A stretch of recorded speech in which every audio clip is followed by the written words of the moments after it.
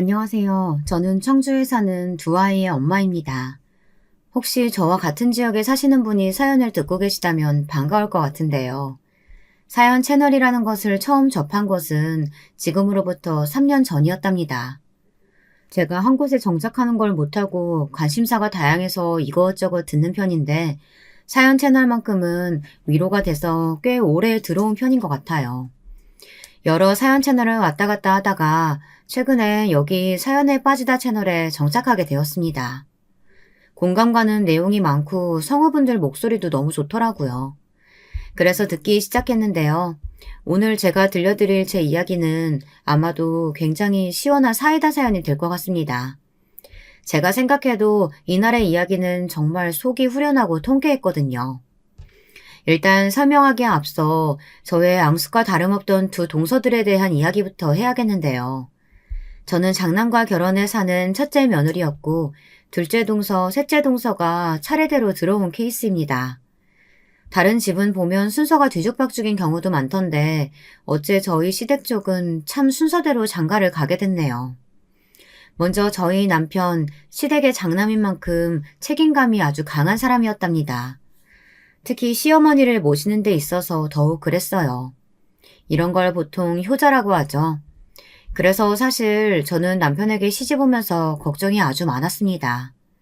저에게 자상한 면모를 보이며 잘하긴 했지만 결혼하고 나서 지나치게 시댁에 신경 쓰고 저를 등한시할까 봐서요.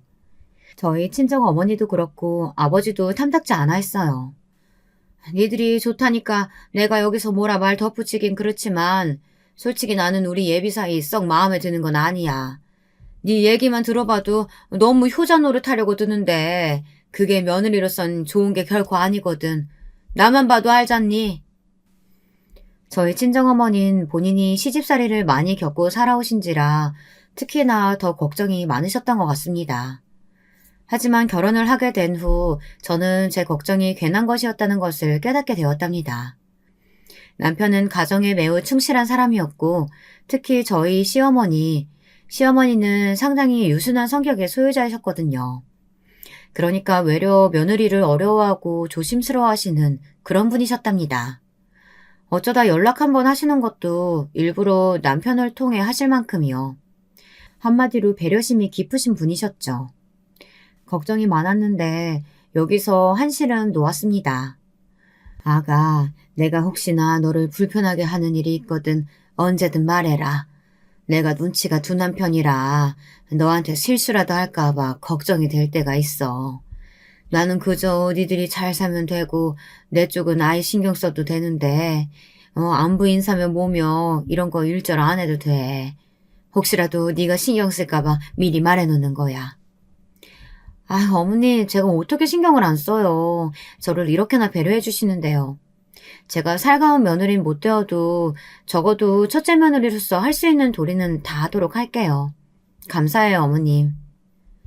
시어머니가 워낙에 인품이 훌륭하신 분이니 제가 먼저 다가가게 되더라고요. 저는 누군가에게 쉽게 다가가고 친화력을 발휘하는 성격이 아닌데도요. 시어머니 역시 제 노력에 감동하시며 저를 슬그머니 받아주셨어요. 그리고 저는 시어머니와 친해지며 한 가지 구슬픈 사실을 알게 되었답니다.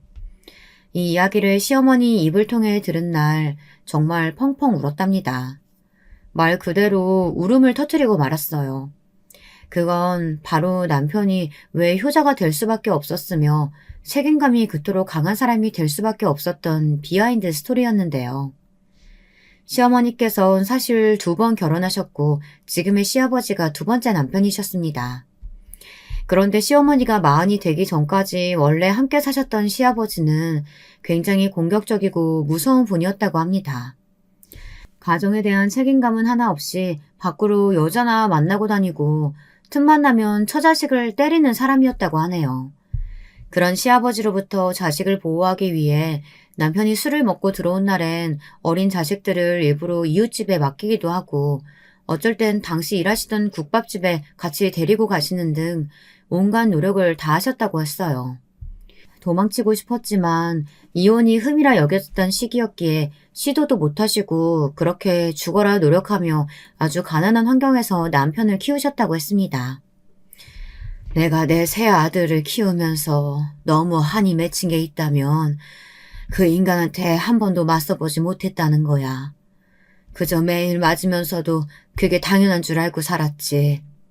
우리 아들들이 몸이 커서는 다행히 그 인간이 덜 그러긴 했지만 돈을 안 벌어오니 경제적인 건 그저 내가 다 떠안을 수밖에 없었어. 아마 우리 아들들이 더 좋은 환경에서 자랐다면 참 좋았을 텐데 어쩔 땐 그 모든 게 내 탓인 것 같구나. 그러다 시아버지께서 갑자기 교통사고로 세상을 떠나시고 시어머니는 비로소 해방이 되셨다고 합니다. 남편이 죽은 장례식장에서 슬픔은커녕 안도감을 느끼셨다고 하네요. 그런 스스로에게 놀라며 죄책감을 느끼면서도요. 아무쪼록 그러다 만나게 된 분이 지금의 시아버지이신데요. 제가 보기엔 퍽 다정하신 분입니다. 평생을 공기업에서 일하시다 부인과 사별했고 슬하에 자식은 따로 없다는 정도만 말고는 아는 게 없습니다만 시어머니에게 해주시는 작은 배려들을 보면 그런 것 같아요. 그래도 내가 저 사람 만나서 숨통이 트이는 것 같았어. 남들은 늙은 여자가 2번씩이나 결혼했다 하면 욕하겠지만 어머님, 그게 욕먹을 일이에요. 어머님 행복을 위해 선택하신 건데요. 어머님이 행복하시면 됐죠. 시아버진 꽃을 선물해 주시거나 시어머니가 좋아하는 디저트를 식탁에 놓아주는 방식으로 사랑을 표현하셨는데요. 시어머니께서는 부끄러움을 느끼시면서도 시아버지의 그런 표현에 소녀처럼 좋아하시곤 했습니다. 저도 보기 좋았죠. 그리고 당시 장가를 안 가신 도련님들도 좋은 분들이라 시댁이 참 따스했는데요. 도련님들은 시부모님과 같이 살고 있었는데 제가 어쩌다 남편과 방문을 하면 형수님, 형수님 하며 잘 따르곤 했습니다. 남편도 다정한 사람이었지만 도련님들 역시 남편의 판박이었어요. 무슨 말을 해도 상대를 먼저 생각할 줄 알고 월급에서 시부모님 용돈을 따로 챙겨드릴 만큼 속이 깊은 사람들이었죠. 그러다가 언젠가는 제 생일이라고 이 도련님들이 남편과 함께 깜짝 파티를 준비했는데요. 무척이나 감동이었습니다. 녀석들이 먼저 나한테 제안을 하더라고. 요즘 남자도 이런 거 할 줄 알아야 사랑받는다고. 그래서 내가 당신 놀라게 해주려고 준비했지. 정말? 도련님 너무 감사해요. 솔직히 기대도 안 하고 있었는데 그냥 케이크 불고 끝날 줄 알았던 생일이 덕분에 기억에 남는 날이 되었어요. 사실 저희 남편은 다 좋은데 워낙에 우직한 곰 같은 스타일이라 약간 센스가 부족한 편이거든요. 그래서 생일날 언제나 정해진 계획대로 움직이거나 식당 가서 케이크를 불고 끝날 때가 많았는데 우리 도련님들이 그런 면에선 큰 행복을 주었죠. 그런데 이 행복에 서서히 그늘이 생긴 건 바로 앞서 잠깐 언급했던 두 동서들이었습니다. 먼저 둘째 서방님이 동서를 처음 데려온 날, 그날이 아직도 기억에 선연한데요. 둘째 동서는 두 눈을 동그랗게 뜨고 시어머니와 저를 한번 쳐다보더니 시댁을 휙 둘러보더라고요. 어느 정도 사는 집구석인가를 가늠하는 눈치였습니다. 사실 여자들이 어떤 촉이나 감이나 이런 면에서 더 예리할 때가 있잖아요. 둘째 동서를 처음 봤을 때 저는 만만치 않겠다라는 생각이 가장 먼저 들더군요. 둘째 동서는 친정이 강남에 있고 아버지가 사업가시라 유복한 집안에서 자랐다고 들었습니다. 본인은 딱히 큰 능력은 없이 일반 회사원이었는데 친정이 잘 산다는 이유 하나만으로 예단이며 예물이며 꽤나 크게 바래왔었고요.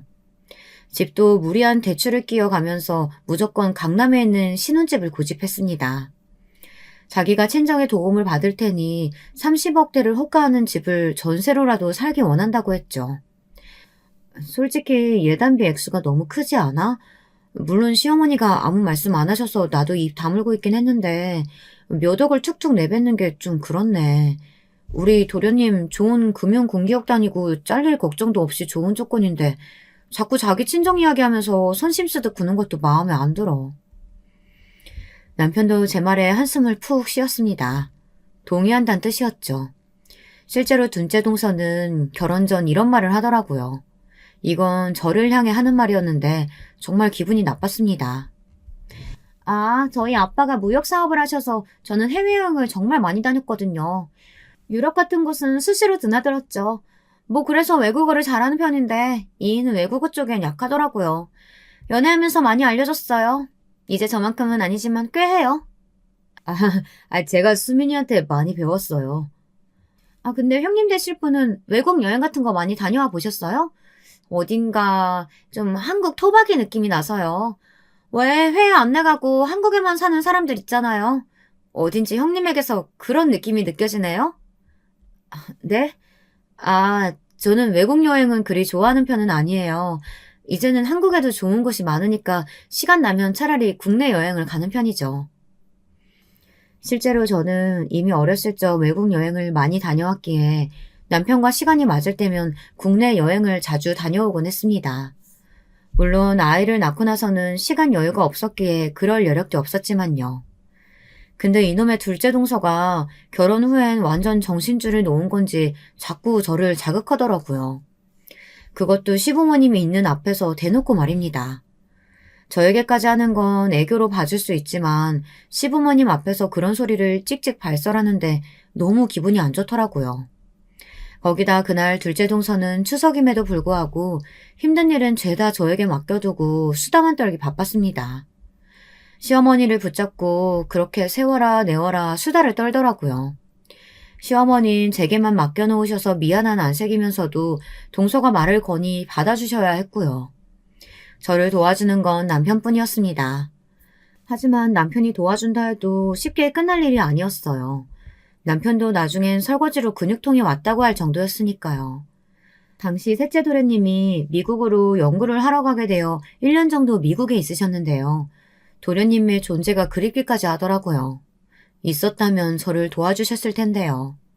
참 외롭고 서글픈 감정까지 들었습니다.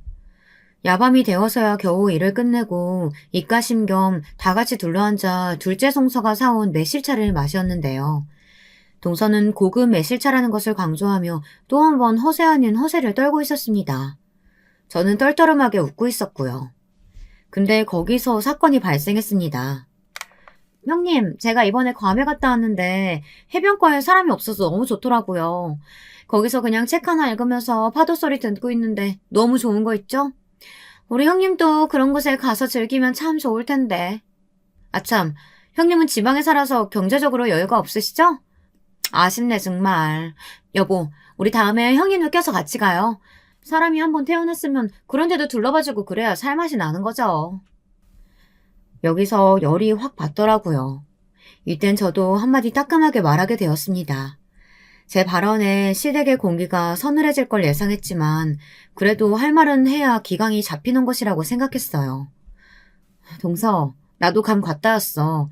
그러니까 그런 식으로 사람 무시하는 거 그만둬. 동서 집안이 여유로운 건 알겠는데 그렇다고 사람 까내리고 함부로 평가하는 거 그건 좀 아니지 않아? 어머 형님, 제가 언제 까내렸다고 그래요? 말씀이 지나치시네요. 그게 까내린 거지 뭐야? 그리고 동서, 내가 지방 산다는 이유로 여유 없다 뭐다 하는 것 같은데 동서가 나에 대해 제대로 아는 거 뭐가 있어? 사람 함부로 평가하는 것도 잘못이고 지금 시부모님 다 있는 앞에서 이러는 것도 잘못이야. 다신 이런 일 없도록 해줘. 나도 지금껏 많이 참았어. 제가 크게 내지르자 동서는 조금 주춤하더니 입술이 툭 튀어나와선 자기 남편을 쳐다보더군요. 서방님은 아무 말도 못하고 곤란해하는 표정을 지었고요. 결국 저 형수님, 저희 집에 가야겠어요. 하고 자리를 파하며 찝찝하게 끝나버렸습니다. 그런데 이 사건 이후 시어머니께서 나중에 저를 따로 불러 둘째 동서를 잘 태울 테니 그래도 손윗사람으로서 너무 야단치지 말라고 하시더라고요. 순간 시어머니가 동서 편을 드나 하는 생각이 들더군요. 저도 기분이 상한 당사자인데 그때만큼은 섭섭한 마음이 들었습니다. 시어머니 입장에선 아들이 혹시라도 며느리와 싸워 부부싸움이라도 날까봐 걱정하시는 모양이었었는데요. 이해가 가면서도 한편으로는 마음이 섭섭했죠. 남편이 나중에 저를 위로해 주어 풀리긴 했지만 어쨌거나 둘째 동서와는 좀처럼 풀리지 않고 있었습니다. 그러다 둘째 동서가 더욱 기고만장해지게 된 사건이 생겼는데요. 동서네 쪽 친정 아버지가 사업 하나가 잘 풀려서 동서에게 비싼 외제차를 사주게 된 것입니다. 동서엔 SNS가 외제차로 온통 도배되어 있더라고요. 그리고 얄밉게도 평소 시댁 방문을 싫어하던 동서는 언제부터인가 줄기차게 시댁에 들려 일부러 저희 차 바로 옆에 번쩍거리는 자기 차를 주차시켜 놓더라고요. 의도가 빤해 유치하다는 생각이 들었지만 남편이 무시하자고 해 참았죠. 똥이 무서워서 피해, 더러워서 피한다는 말도 있잖아. 그냥 우리가 무시하면 돼. 내가 보기엔 재수 씨는 답이 없어. 괜히 더 열내고 그래봤자 우리만 더 힘들어질 거야. 그러니까 그러려니 하자. 우리가 재산이 없는 것도 아니잖아. 남편의 침착한 대응에 저도 수긍했죠. 정말 남편 말 맞다나 동서 같은 사람은 제가 뭐 몇 마디 한다고 해서 개조되거나 좋은 쪽으로 바뀔 사람이 아니었으니까요. 그런데 이게 실수였을까요? 어느 날은 시어머니 생신을 맞이해 가까운 거리의 소고기집에서 외식을 하게 되었는데요. 둘째 동서가 굳이 걸어가도 될 거리를 자기 차로 움직이자고 하더라고요. 동서, 요즘 어머님 살 뺀다고 산책하는 거 좋아하셔. 어차피 여기서 10분 거리니까 천천히 걸어가자. 아니에요. 허리도 불편하시면서 무슨 산책이에요. 어머님, 제 차로 움직여요. 제 차가 시승감 좋아서 긴 시간 운전해도 편안하니까요. 형님의 차는 너무 불편해요. 국산 차는 이래서 안 좋다니까. 어머님 얼른 제 차로 타세요. 형님, 어머님 제가 모실 테니까 형님이랑 아주버님은 그럼 천천히 걸어오세요. 여기서 한번 폭발하고 싶었지만 생신이신지라 온 힘을 다해 참았습니다. 어머니가 전에 하신 말씀도 생각났고요. 저 역시 되도록이면 큰 갈등 만들지 않고 평화롭게 지나가고 싶었습니다. 근데 동서는 소고기집에 도착해서도 자꾸 혼자 궁시렁 대더라고요. 아, 소고기집은 강남이 최곤데 여기 누가 예약한 거예요? 아, 형님이 하셨다고 했나? 제가 예약한 걸 알면서도 일부러 저렇게 사람 속을 긁더라고요. 참 미치고 팔짝 뛸 노릇이죠. 남편도 내내 불편한 표정으로 고기를 구웠습니다. 둘째 서방님은 못 들은 척 행동하고 있었고요. 동서의 말로 인해 분위기가 다시 한번 서늘해졌는데 정작 본인은 모르더라고요. 모른다는 게 신기했죠. 저 같으면 눈치라도 한번 봤을 텐데요.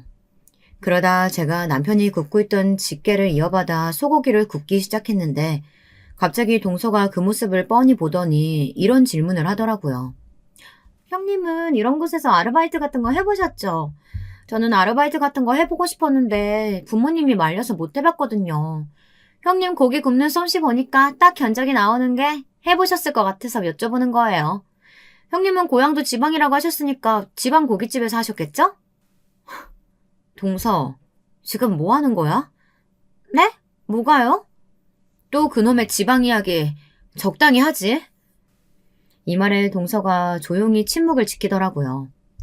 천진한 얼굴로 묻는 동서의 얼굴을 한 대 때려주고 싶었는데 다행히 그 뒤론 알아서 조용히 있길래 참았습니다. 근데 시간이 좀 지나자 이어진 말은 전보다 훨씬 더 심했습니다. 제가 구운 고기를 서방님이 집어 동서의 그릇에 올려놓았는데 근데 형님 일해보신 것 치고는 고기를 잘 굽는 판은 아니시네요. 여기 핏물이 그대로잖아요. 제 건 다시 구워주세요. 이걸 어떻게 먹으라고 주는 거야. 지방에서 일하셔서 그런가? 여보, 그럼 당신이 구워 먹어. 왜 그래, 형수님 불편하게. 당황한 둘째 서방님이 그제서야 동서를 말리려 했지만 전 조금씩 한계에 다다르고 있었습니다. 동서는 계속 다시 구워달라며 고기를 제 쪽으로 던지더군요. 경악스럽게도 고기가 그대로 제 가슴 쪽으로 던져져 툭 바닥에 떨궈졌습니다. 가뜩이나 하얀색 블라우스를 입고 있었는데 옷이 엉망이 되어버렸죠. 그 와중에 시부모님께서는 일단 가만히 지켜보실 뿐 별 말씀이 없으셨습니다. 저는 속상한 마음에 바닥에 떨궈진 고기를 줍고 한마디 하려고 했는데 그때 저보다 먼저 나선 사람이 있었어요. 재수씨, 뭐 하는 겁니까? 바로 험악한 얼굴을 하고 있는 남편이었어요. 지금 내 아내가 만만해요? 내 아내 재수씨 손이 동서되는 사람이에요. 예의를 지킬 땐 지켜야지. 지금 선을 넘어도 너무 넘는 거 아니에요? 나 누군가에게 특히 가족한테 듣기 안 좋은 말 하는 사람 아닙니다. 근데 이건 정말 지나치네요. 식당 와서 집게 한번 안 들고 계속 이거 해라 저거 해라 시켜대는 태도 그거 뭐예요? 내 아내를 뭘로 생각하는 겁니까? 지금 당장 사과해주세요. 남편이 이렇게까지 화가 나서 나선 적은 처음이었습니다. 그러자 동서도 그제야 당황했는지 말을 얼버무리며 그런 의도가 아니었다는 등 고기를 불판에 던지려고 했던 게 힘 조절이 잘못되었다는 등 변명을 하더라고요. 그리고 이때 시어머니도 조용히 입술을 여셔서 둘째 네가 잘못한 일이라고 한마디 하셨어요. 모두가 둘째 동서를 좋지 않은 눈길로 보자 단단히 위축되어 이래서 처음부터 집에 가고 싶었다느니 그런 말을 내뱉더라고요. 그의 남편은 단단히 화가 났는지 계속해서 큰 소리로 내뱉었습니다. 덕분에 고깃집에 있는 사람들의 시선이 이쪽으로 죄다 몰려왔죠. 재수씨, 나는 재수씨가 처음 우리 집에 식구로 왔을 때 누구보다 환영했다고 생각합니다. 가족이라는 게 그런 거니까요. 근데 후회가 아주 많이 되네요. 내 동생 안목이 이 정도일 줄은 상상도 못했는데. 솔직히 진우 너한테도 실망이다. 형으로서 너한테 못한 거 없다고 생각했는데 나름 챙겼다고 생각했는데 넌 재수씨만 신경 쓰느라 나나 네 형수가 어떤 기분일지 전혀 생각하지도 않네. 죄송하지만 저희 먼저 가겠습니다. 아버지 어머니 식사 마저 하고 오세요. 아, 참, 형, 잠시만. 둘째 서방님이 급하게 자리에서 일어나 저희를 붙잡으려고 했지만 남편은 제 손을 잡고 나와버렸고 그렇게 저희는 자리에서 일어나 밖으로 나갔어요. 그런데 나오자마자 콜라 한 잔 마신 듯한 시원함, 통쾌함과 더불어 약간의 미묘한 찝찝한 감정이 들었습니다. 남편이 한 말은 물론 다 맞는 말이었지만 이후 저희가 편하게 시댁에서 얼굴을 마주하고 대화를 나눌 수는 없을 것 같았기 때문이었죠. 그래도 어찌되었건 다른 건 생각 않고 말을 질러준 남편이 참 고마웠습니다. 그리고 정말 다행이었던 부분은 이후 어떤 대화가 오갔는지는 모르겠지만 둘째 동서의 행동이 꽤나 얌전해졌다는 것이었어요. 여기서 얌전해졌다는 말은 무례하지 않게 저를 대했고 명절날에 자기 도리는 하고 가더라고요. 평상시 같으면 절대 하지 않을 요리도 하는 신용이라도 했고요. 또 시어머니는 저를 불러 이렇게 말씀을 하셨답니다. 이 말씀으로 사실 그간 쌓여있던 오해가 많이 풀어지게 되었는데요. 아가, 내가 너를 더 챙겼어야 했는데 그날 진성이가 한 말 듣고 나도 많이 반성하게 되더구나. 미안하다. 나도 모르게 젊었을 적 습관이 나와버린 게야. 그 애가 너한테 대바라지게 구는 걸 보면서도 나서야 한다는 걸 알면서도 그만 나약해지고 말았어. 또 진우도 많이 너한테 미안해하고 있단다. 네가 자기를 많이 챙겨줬는데 그걸 등졌다고. 우리 가족이 너에게 참 미안하구나. 시어머님 번번이 자신이 나서 한마디 하고 싶었지만 그게 더 큰 가족의 분란과 갈등이 될까 두려우셨다고 합니다. 듣고 나니 이해가 되더군요. 혹여나 동서를 편애하는 건 아닐까 하고 속으로 품었던 시어머니에 대한 오해를 이날 정리할 수 있게 되었습니다. 온전히 이해가 되는 것은 아니어도 사과를 받는 것으로 충분하다고 여겼어요. 그리고 저는 당시 아버지 사업을 돕느라 바빠지게 되었는데요. 저희 아버지가 이번에 렌트카 사업을 따로 또 시작하게 되시면서 관리자가 한 명 필요했는데 아이를 키우고 있는 제게 부탁을 한 것이었어요. 아버지는 아이가 어느 정도 자랐으니 다시 회사에 복귀해달라고 하셨습니다. 저도 내심 아이 양육에만 집중하느라 집에만 있었더니 좀이 쑤시기도 했고 사회생활이 그리웠던지라 수락을 했고요. 그러면서 시댁에는 거리를 두고 열심히 워킹맘으로 살아가고 있었는데요. 어느 날 셋째 도련님이 미국에서 돌아오신다는 연락을 받게 된 것입니다. 네? 도련님이 이제 오신다고요? 당연히 기쁘죠. 뭐 먹고 싶어요? 귀국 파티 해야죠. 타지에서 연구 마치고 돌아오시느라 힘들었을 텐데 제가 대접할게요. 에이, 마음은 감사한데 요리하시긴 힘드실 테니까 그냥 우리 밖에서 먹어요. 도련님은 남편보다 저에게 가장 먼저 연락했는데 제가 그만큼 특별히 셋째 도련님과는 유대관계가 깊었기 때문입니다. 이상하게 성격도 비슷한 구석이 있고 대화도 잘 통하더라고요. 그런데 이때 도련님이 제게 살짝 말하신 것이 상당히 충격적이었어요. 뭐라고요? 여자를 소개시켜 주신다고요? 웬일이에요? 아니, 정말이에요? 도련님은 사실 비혼주의자였습니다. 자기가 키우는 고양이들과 함께 혼자 사는 것이 편하다고 하더라고요. 개인주의 성향도 강하고 아무래도 가정을 꾸리고 다른 사람에게 맞춰 사는 건 자신이 없다고요. 그런 도련님이 소개시켜주는 여자라니 저나 남편 모두 들떠서 어떤 여자일지 궁금했습니다. 무엇보다 기대가 컸던 것 같아요. 도련님의 인품에 걸맞는 여자, 어떤 인상에 어떤 성격을 가진 여자일까 하고요. 그리고 셋째 동서를 만나는 날, 저는 속을 뻔했네요. 얌전하고 차분한 인상의 말입니다. 셋째 동서는 미국에서 유명 미술 관련 대학원을 다니다가 도련님과 만나게 되었다고 했는데요.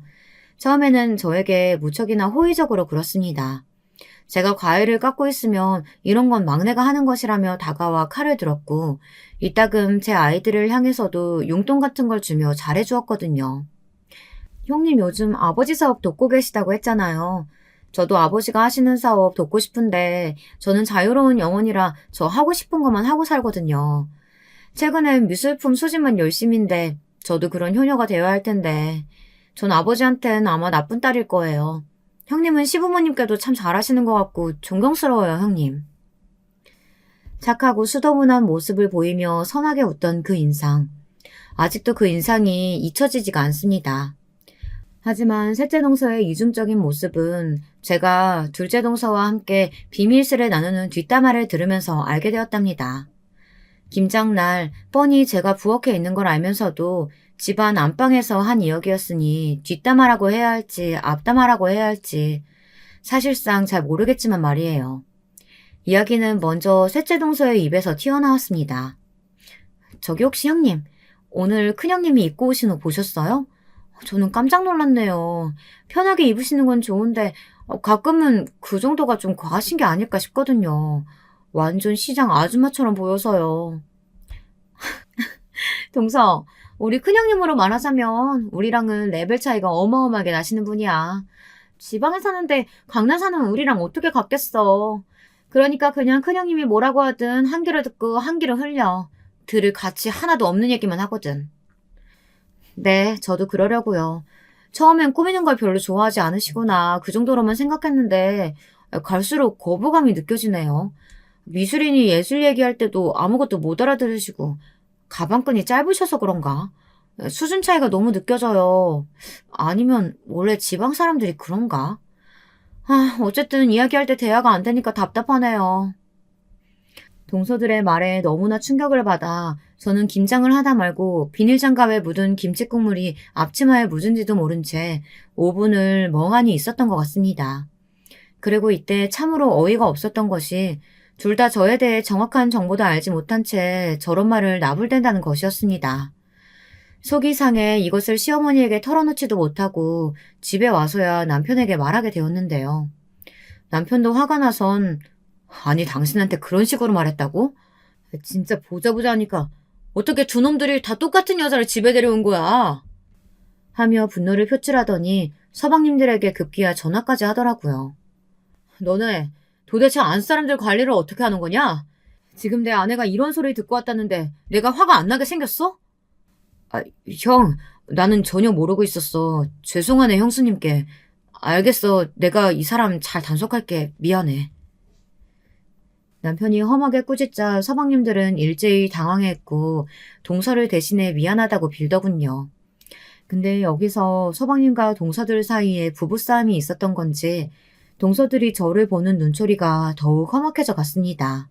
그렇게 둘째 동서와 셋째 동서가 둘 다 강남에 산다는 이유로 공감대를 형성한 이후로는 저에 대한 차별 혐오는 더욱 심해져 갔네요. 솔직히 능력이 안 되어 강남에 안 사는 것도 아닌데 그런 시선을 받을 때면 문득 강남으로 이사가 버릴까 하는 생각이 치밀곤 했습니다. 근데 그런 생각을 바로잡아준 건 뚝심 있는 남편입니다. 남편은 동서들 말에 휘둘리면 한도 끝도 없다고 말하더군요. 그때 남편 말을 듣길 참 잘한 것 같습니다. 친정의 힘으로 겨우 강남에 사는 둘째 동서나 셋째 동서 모두 막상 실속은 없는 허울뿐인 사람들이었거든요.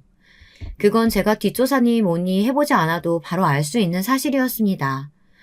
둘 다 대출을 잔뜩 껴 살고 있었는데 서방님들이 그 대출빚을 갚느라 죽겠다고 앓는 소리 하는 걸 남편 통해 자주 들었거든요.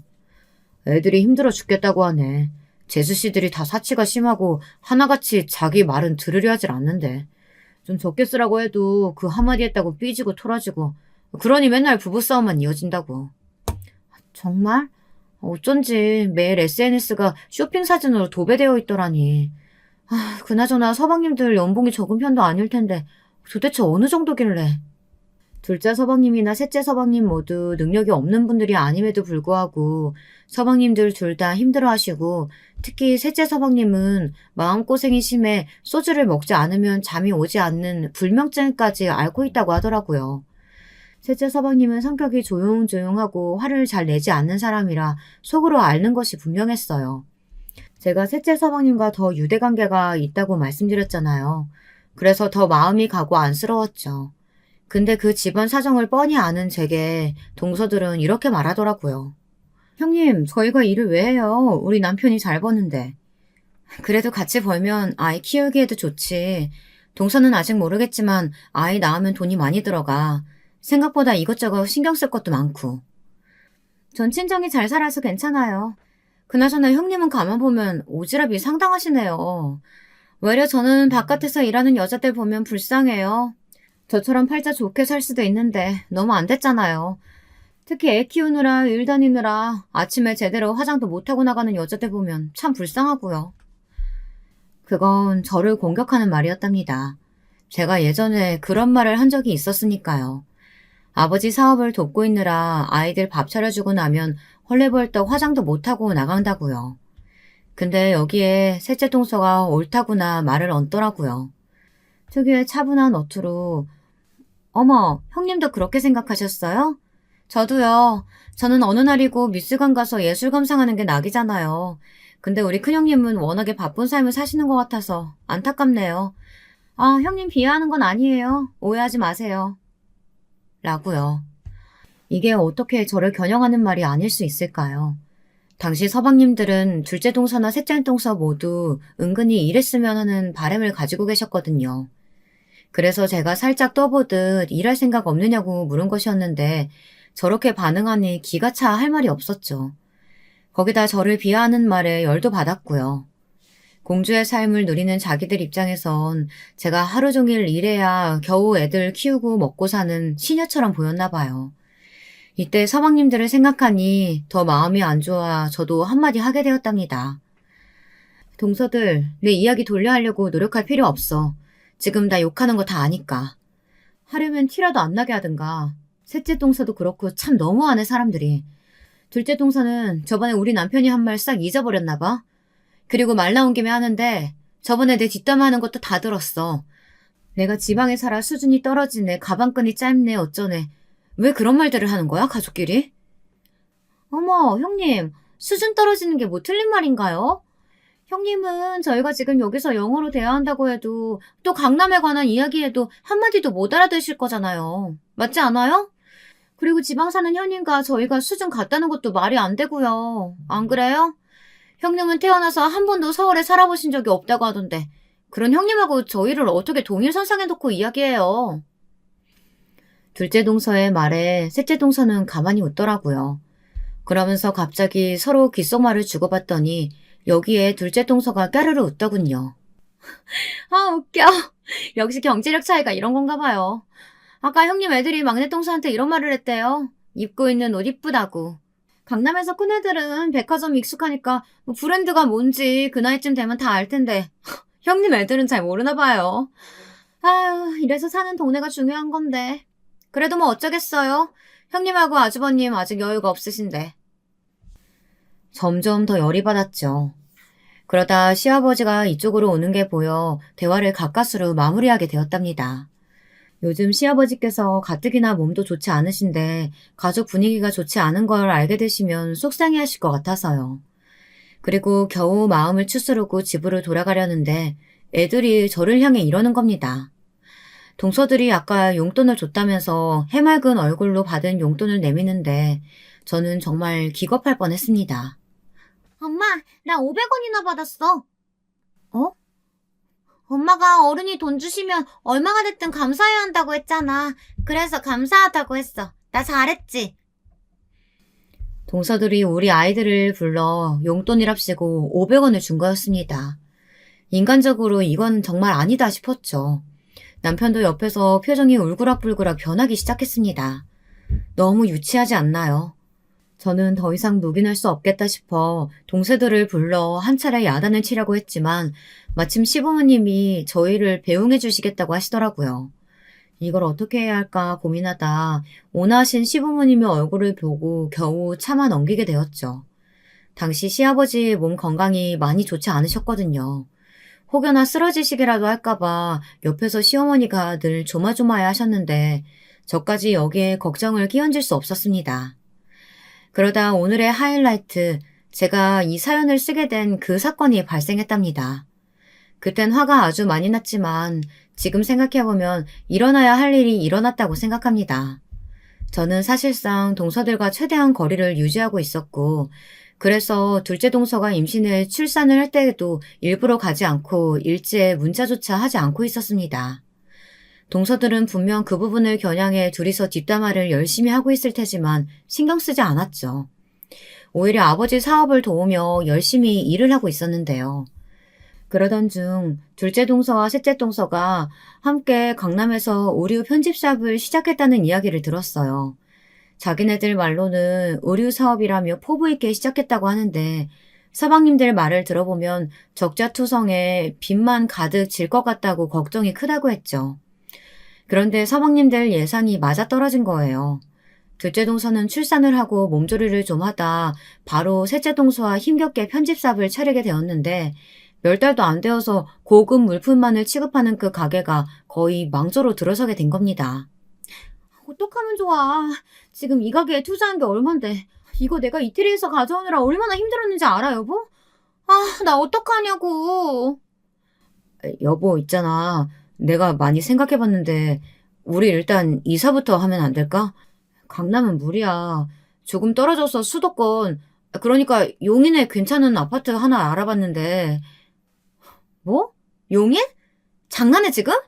야, 경기도는 무조건 싫어. 무조건 강남이어야 돼. 난 강남에서 태어났고 죽을 때까지 강남에 살 거라고. 우리 지금 빚이 얼마인지 알기나 해? 빚에 치여 죽겠어. 난 남들 시선 생각한다고 무리해서 살고 싶지 않아. 저축하며 평범하게 살고 싶다고.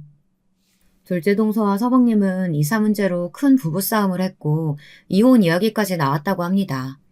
셋째 동선에도 분위기가 안 좋은 건 매한가지였죠. 그러다 가족이 명절날이라고 어찌됐건 모이게 되었는데요. 싸늘한 정만만이 가득한 그런 분위기였답니다. 그런데 여기서 더 충격적인 일이 벌어진 거예요. 제가 그날 명품 가방을 들고 시댁에 방문하게 되었는데요.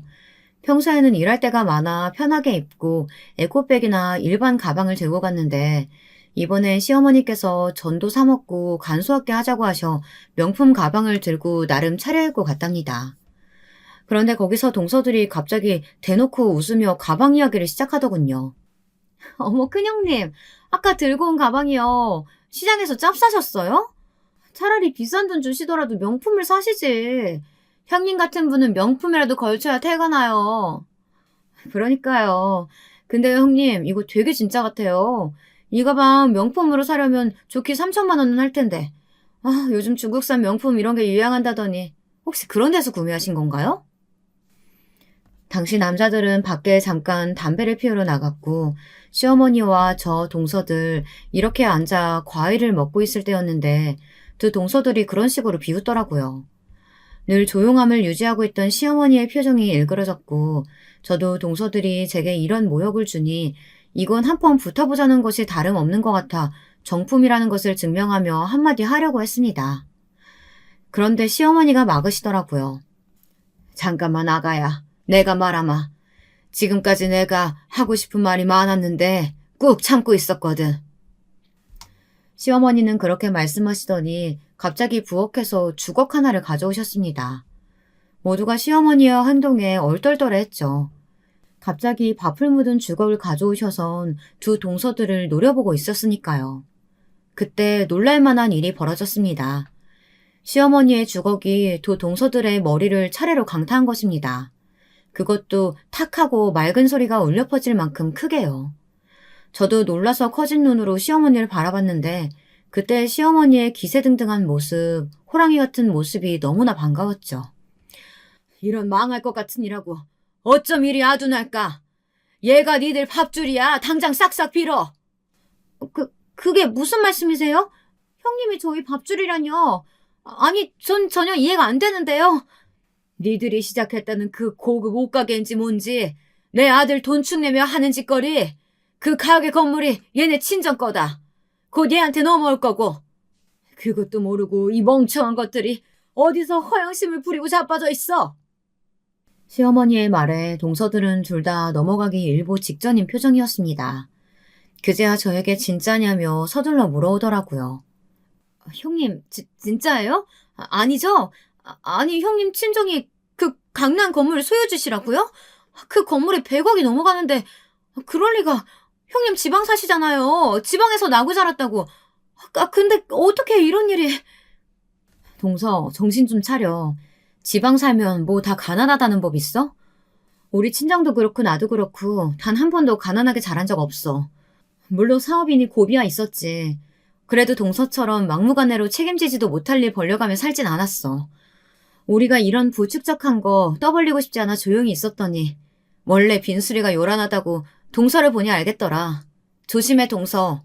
눈 똑바로 뜨고 앞으로 동서 주변 잘 보고 다니라고. 제가 일갈을 날리자 두 동서들은 충격받은 얼굴로 풀썩 주저앉아 버리더군요. 셋째 동서는 현기증이 나는 듯 머리를 감싸쥐고 있었고요.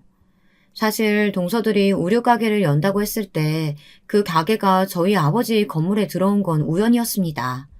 아버지께서 제가 핸드폰으로 동서들의 얼굴을 보여준 적이 있던지라 제게 귀뜸을 해오시긴 했지만 시어머니께만 알려드리고 모른 척 굴었고요. 어머님, 이건 어머님만 알고 계시고 우리끼리 비밀로 해요. 왜 굳이 비밀로 해야 하니? 쟤들이 네 재력 알면 덜 괴롭힐 텐데. 어차피 전 동서들이 하는 말 신경도 안 써요. 오히려 알면 뭐 하나라도 뜯어가려고 할 텐데 저는 그런 관심이 더 불편하고요. 알겠다. 그럼 나도 모른 척하고 있으마. 다만 언젠가 좋은 카드가 될 것 같다는 생각은 하고 있었어요. 그걸 시어머니께서 이렇게 시원하게 터뜨려버릴 줄은 몰랐지만요. 시어머니는 제 말이 끝나자마자 주먹으로 한 번씩 더 동서들의 머리를 강타하시더니 한 말씀 길게 남기셨는데요. 너희들, 첫째 아가 번번이 무시하던 그 못된 버릇, 내가 그 버릇 고칠 자신이 없어 그냥 두고만 있었더니 어째 점점 더 심해지더구나. 이건 큰 며느리도 무시한 거고 니들 시어머니인 나도 무시한 게지. 며느리로 들어온 애들이 너네처럼 못돼 처먹은 애들일 줄은 상상도 못했다. 어떻게 둘째 너는 애까지 낳았다는 여자가 그럴 수가 있니? 니들 앞으로 첫째 애 말 맞다 나 정신 똑바로 차리고 살아. 이런 일 다시 또 안 생기란 보장 있어? 내가 두고 볼 거야. 니들 내 전 남편보다 더 악독하고 지독하다.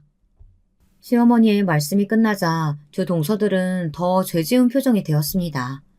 셋째 동서는 거의 울기 직전이더라고요. 그때 밖에 나가 있던 남편과 서방님들이 들어왔어요. 시아버지도 함께였어요. 시어머니는 대충 상황을 설명하시려는 듯 했는데 저는 고개를 내젓고 나중에 말씀드리자는 눈짓을 했습니다. 오늘은 이 정도에서 분란을 마무리 짓는 게 좋을 것 같았거든요. 그 후 좋은 소식부터 말씀드리자면 동서들은 서방님들과 모두 이혼을 했습니다. 둘째 동서, 셋째 동서 예외 없이 모두요. 어느 날 시어머니께서 서방님들을 불러 진지하게 이런 말씀을 하셨다고 합니다. 두 동서들의 행태에 대해 말하며 그런 여자와 행복하게 살 자신이 있겠느냐고요. 행복이란 말에서 셋째 서방님은 이미 고개를 저으셨고 그간 동서들에게 불만이 쌓일 만큼 쌓여왔던 서방님들은 일제히 그렇게 이혼 서류를 내미셨다고 합니다. 시어머니는 나중에 저를 따로 불러 이런 말씀을 해주셨어요. 내가 진즉에 이렇게 했어야 할 것을 너무 미안하더구나. 목소리를 내지 못하고 가만히 지켜보고만 있었던 것이 참 죄책감이 들었단다. 이제야 나도 발 뻗고 잘 수 있겠어. 시어머니는 지금껏 한결같이 효부 며느리 노릇을 해준 제게 고맙다고 하셨고 저도 괜스레 감동에 젖어 눈물을 흘렸답니다. 또 시어머니는 서방님들이 동서들과 이혼을 하게 되어 속이 후련하다고 하시더라고요. 저 역시 그랬죠. 형수님, 제가 형수님한테 도움받은 게 많은데 와이프랑 결혼하고 나서는 유독 못해드린 것 같아요. 실망시켜드려서 죄송합니다.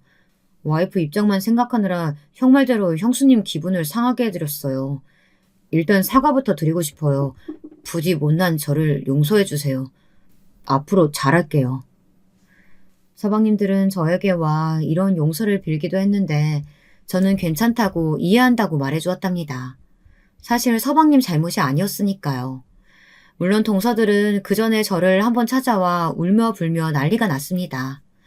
아마도 시어머니의 배후에 제가 있다고 생각이 되었는지 서방님들이 시어머니의 말을 듣고 와 갑자기 이혼을 선언했다고 제발 시어머니의 마음을 돌려달라고 하더군요.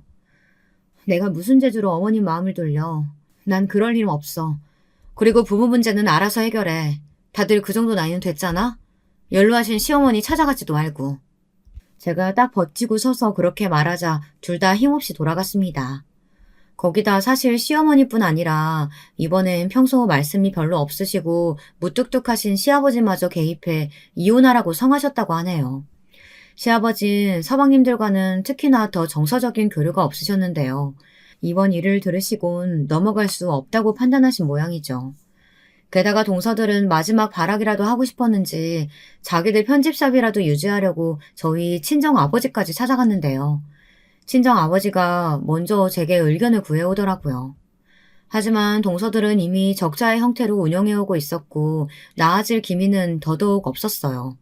월세도 못 내고 있는 형편이었기에 동서들을 봐줄 이유가 하등 없었습니다. 사실상 그 옷을 보는 안목이라는 게 동서들에겐 전혀 없었거든요. 그래서 나가는 것으로 마무리가 되었답니다.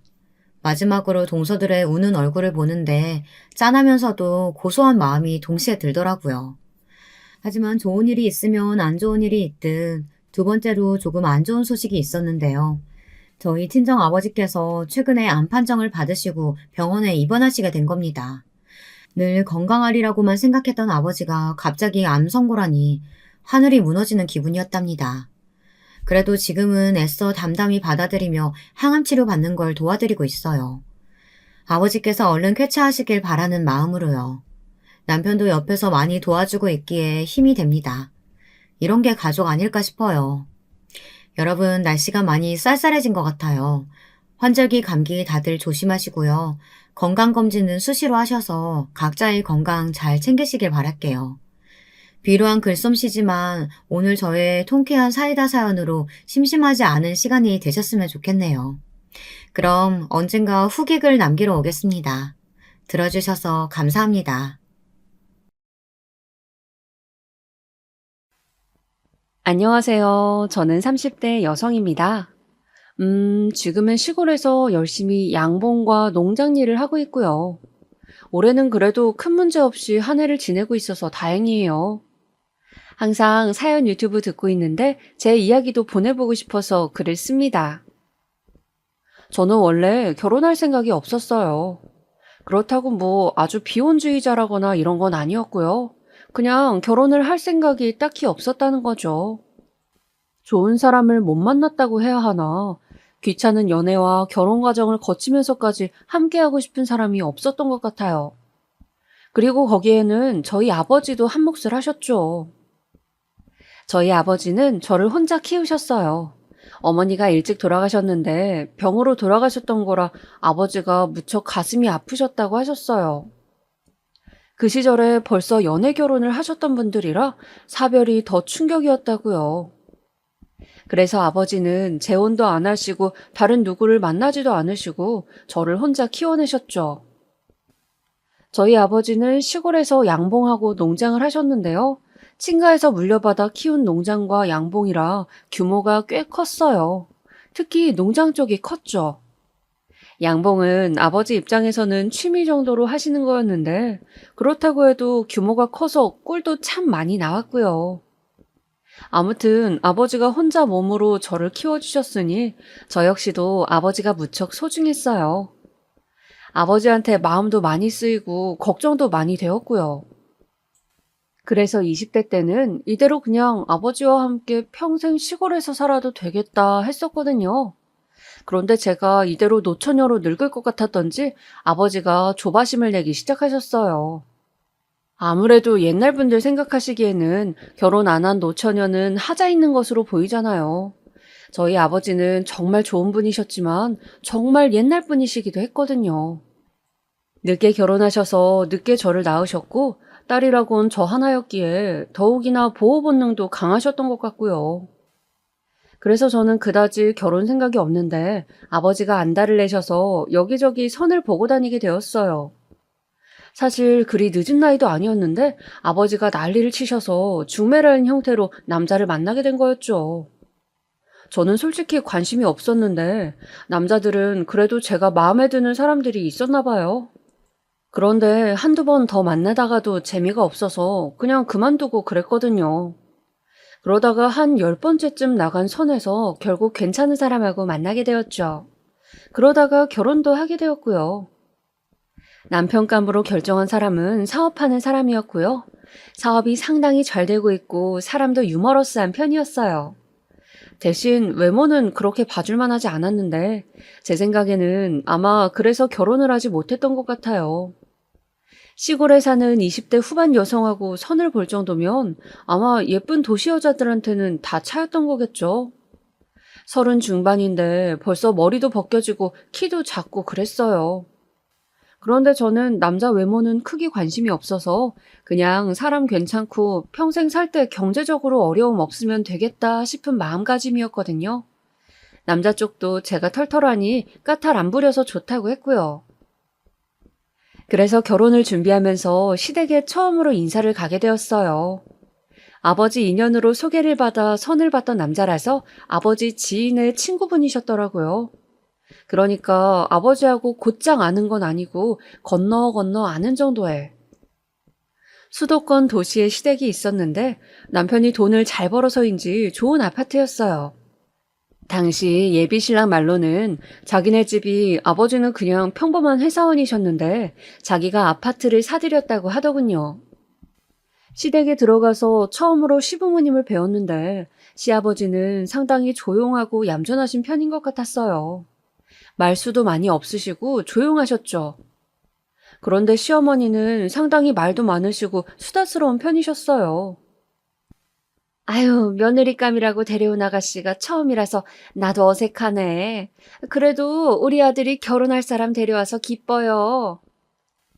네, 어머님. 앞으로 잘 부탁드려요. 그래, 그래. 아버님이 농사 지으신다고? 예비 시어머니는 저를 훑어보면서 웃으셨죠. 그 웃음이 조금 이상하기는 했어요. 처음 제가 시댁에 들어갔을 때부터 좀 의도를 알 수 없는 눈으로 바라보고 계셔서요. 장인어른 농장 되게 커요. 양봉도 하시고.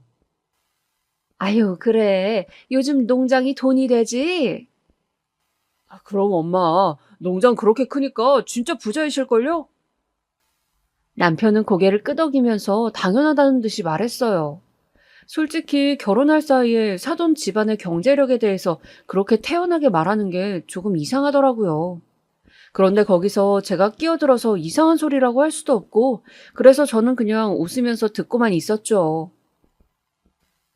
그래, 뭐, 우리 아들이 그래도 학벌도 좋고 돈도 잘 버는데 처가댁이 그 정도는 되어야지. 그러면서 시어머니는 약간 낮잡아 보는 듯한 눈길로 저를 보셨어요. 아, 그제야 알겠더라고요. 들어오자마자 시어머니가 저한테 보내셨던 눈길이 좀 낮잡아 보는 듯한 눈길이었어요. 그런데 뭐 얼굴 보자마자 그럴 일이 뭐가 있지 싶어서 혼란스럽더군요. 아직 저는 시어머니하고 얼굴만 보고 말만 텄을 뿐이었으니까요. 시골 어디쯤 살아요? 아, 네. 저 좀 안쪽이라 농장하려면 읍내는 아니고 더 안쪽에 위치해야 해서요. 집도 그쪽이고요. 아이고, 그럼 아가씨도 계속 농장 일 하는 거? 네, 그렇죠. 농장 일 돕고 양봉 일도 돕고 그래요. 그래, 뭐, 할 수 있는 거라도 해야지. 노는 것보다야 낫지. 시어머니는 계속 그런 식으로 말씀하셨어요. 농장 일을 하면 고약한 냄새 많이 나지 않느냐. 그거 맡으면서 어떻게 하루 종일 계속 있느냐. 농장까지 버스는 닿느냐 그러면서 조금씩 그 무시하는 듯한 뉘앙스를 풍기시더라고요. 솔직히 좀 어이는 없었는데 곁에 앉은 예비 신랑이 계속 그런 건 아니라고 커버를 쳐줘서 그냥 입을 다물고 있었어요. 솔직히 저도 성격이 아버지 닮아서 그렇게 얌전하지만은 않거든요. 학창 시절에 나름 친구들하고 싸움도 많이 해봤고 다른 애 괴롭히는 일진들 머리채도 잡아봤고 그런 편이었는데 시어머니가 그런 걸 모르시니 말을 함부로 하시는 것 같더라고요. 하지만 이제 와서 결혼 준비를 다 어그러뜨릴 순 없으니 그냥 저도 얌전히 있기로 했어요. 아예 결혼을 안 할 거면 모르는데 다른 사람을 만난다고 해도 다른 시어머니도 이러지 않으리라는 법이 없으니까요. 집에 와서 아버지한테 그런 이야기는 하지 않았어요. 아버지가 계속 시부모가 널 어떻게 생각하느냐고 혹시 나쁜 말이라도 했으면 꼭 아버지한테 말하라고 하셨지만 그런 말까지 할 수가 없더라고요. 아빠, 나 이왕 결혼하기로 했으니까 시댁에 잘해볼 거예요. 대신 그렇게 말했죠. 저는 정말 그럴 생각이었어요. 사람이 결점 없는 사람 없고 그렇다고 깊이 알고 나서 나쁜 사람도 거의 없잖아요. 그래. 사실 너희 남편감이 그래도 사업이 잘 되고 있다고 하니까 그리고 스펙도 좋은 사람이니까 결혼해서 잘 살면 좋지. 하지만 꼭 기억해라. 네 행복이 먼저라는 거. 아버지는 신신당부를 하셨어요. 물론 저는 아버지의 그 배려가 너무나 고마웠지만 그렇다고 해서 아버지께 시댁의 나쁜 면을 다 미주알 고주알 말씀드릴 수는 없었어요. 아버지는 걱정이 많은 편이셔서 그리 문제되지 않는 것에도 신경을 쏟으실 게 뻔했으니까요. 결혼하면서는 시댁하고 친정하고 많이 오가게 되잖아요. 그러면서 시부모님이 저희 아버지랑 만나셨을 때 혼자 어떻게 이렇게 딸을 잘 키우셨냐고 칭찬을 많이 해주셨어요. 시아버지께서 점잖게 한마디 하시면 시어머니께서 저희 아버지한테 수다스럽게 며느리감이 참 예쁘고 참하다는 말씀을 해주셨죠. 저희 아버지는 그게 기분이 좋으셔서 아유 감사하다면서 몇 번이나 인사를 하셨어요. 사실 저희 아버지가 혼자 저를 키우신 게 좀 콤플렉스였거든요. 혹시라도 아빠 혼자 키운 딸이라고 밖에 나가서 안 좋은 소리 들을까 걱정된다고요. 저도 그래서 밖에 나가서 더 행동거지나 몸조심을 한 것도 있고요. 상견례를 위해서 식당을 예약하고 만났을 땐 아버지는 차에 꿀을 한 세트 가지고 오셨어요. 진짜 좋은 꿀이었거든요. 저희 시댁에 처음으로 선물하는 거라고 제일 좋은 걸로 담아 놓으셨다가 곱게 간직해서 고급스러운 도자기 병에 담아서 오셨어요. 목재 케이스에 담은 걸 내놓으셨더니 시부모님이 너무 좋아하시더라고요. 어머, 정말 좋은 꿀인가 보네요. 이거 고급스러운 것 좀 봐. 아이고, 사돈 어른이 이렇게 좋은 걸 주시다뇨. 저희 딸아이 좀 잘 봐달라고 드리는 겁니다. 아버지는 웃으시면서 은근히 진심을 어필하셨어요. 저는 그러지 않으셔도 되는데 하면서도 아버지가 그렇게 저한테 신경 써주시는 게 고맙기도 했죠. 결혼하고 나서도 마찬가지였어요. 결혼 후에 신혼여행 다녀오면서도 아버지가 꿀 세트를 챙겨주셨거든요. 저희가 선물을 드리러 친정을 방문했는데 아버지가 도리어 꿀을 챙겨주시는 거죠.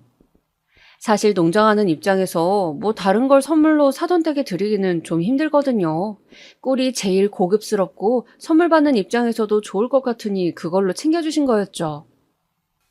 처음에 그래서 저희 시댁하고 친정 아버지는 상당히 좋은 사이로 잘 지내셨어요. 시어머니도 초기에는 아버지 혼자 계시니 몸보신 하시라고 이것저것 싸주시기도 하셨고 꿀 받으시면 고맙다면서 잘 먹겠다고 전해달라고도 하셨고요.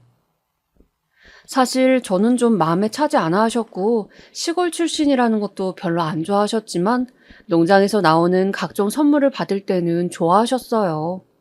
그게 좀 속보이기도 했지만 뭐 어쩌겠어요. 아버지는 노골적으로 말씀은 안 하셨지만 제가 도시에 있는 시댁 그리고 돈 잘 벌고 학벌 좋은 남편한테 시집을 간 걸 좋아하셨어요. 그래서 저도 남편이나 시댁에 대해서 못마땅한 것은 입을 다문 적이 많긴 했죠. 시어머니가 특히 좀 시골 출신이라고 말끝마다 무시하는 게 있었지만 저는 그래도 참을만 했어요.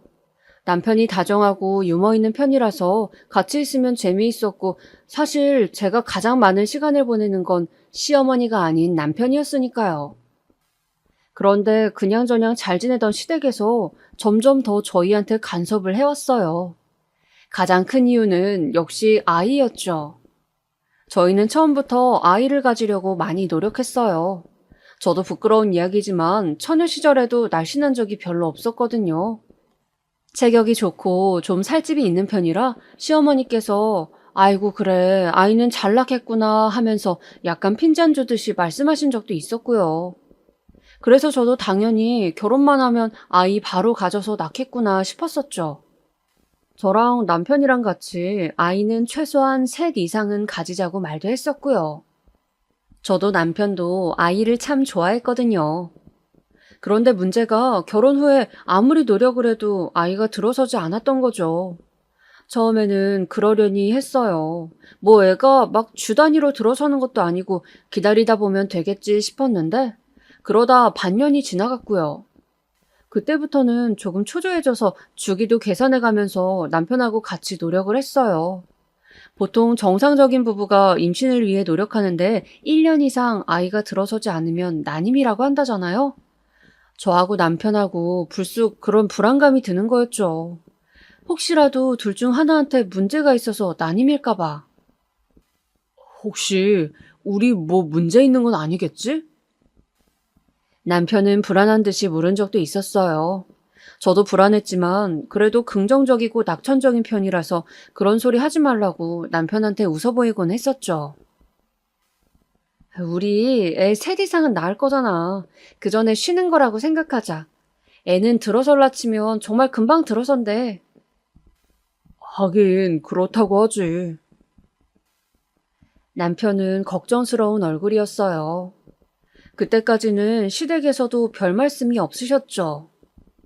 그런데 그 주 주말이었나? 저한테 연락이 오더라고요. 남편 말고 저 혼자 시댁에 좀 오라고요. 무슨 일인가 싶어서 가서 시어머니를 뵈었어요. 시어머니는 무거운 얼굴로 앉아 계시더니 물끄러미 저를 바라보시더군요. 너 혹시 너희 부부 아이 안 들어서니? 네? 저는 당황스러웠어요. 저희 남편도 저도 여태까지 그 관련 이야기는 시댁이든 친정이든 한마디도 하지 않았거든요. 서로 별로 좋은 이야기도 아니라고 생각해서요. 그냥 지금까지 되는 대로 아이 생기면 낳아서 기르려고 했고요. 그 정도만 이야기해왔는데 이렇게 시어머니가 직접적으로 물으시니까 너무 당황스러웠어요. 아, 네, 그게요. 너 이제 30 넘었지? 빨리 아이 낳아야 하잖니. 그런데 애가 안 들어서면 미리 이야기를 했어야지.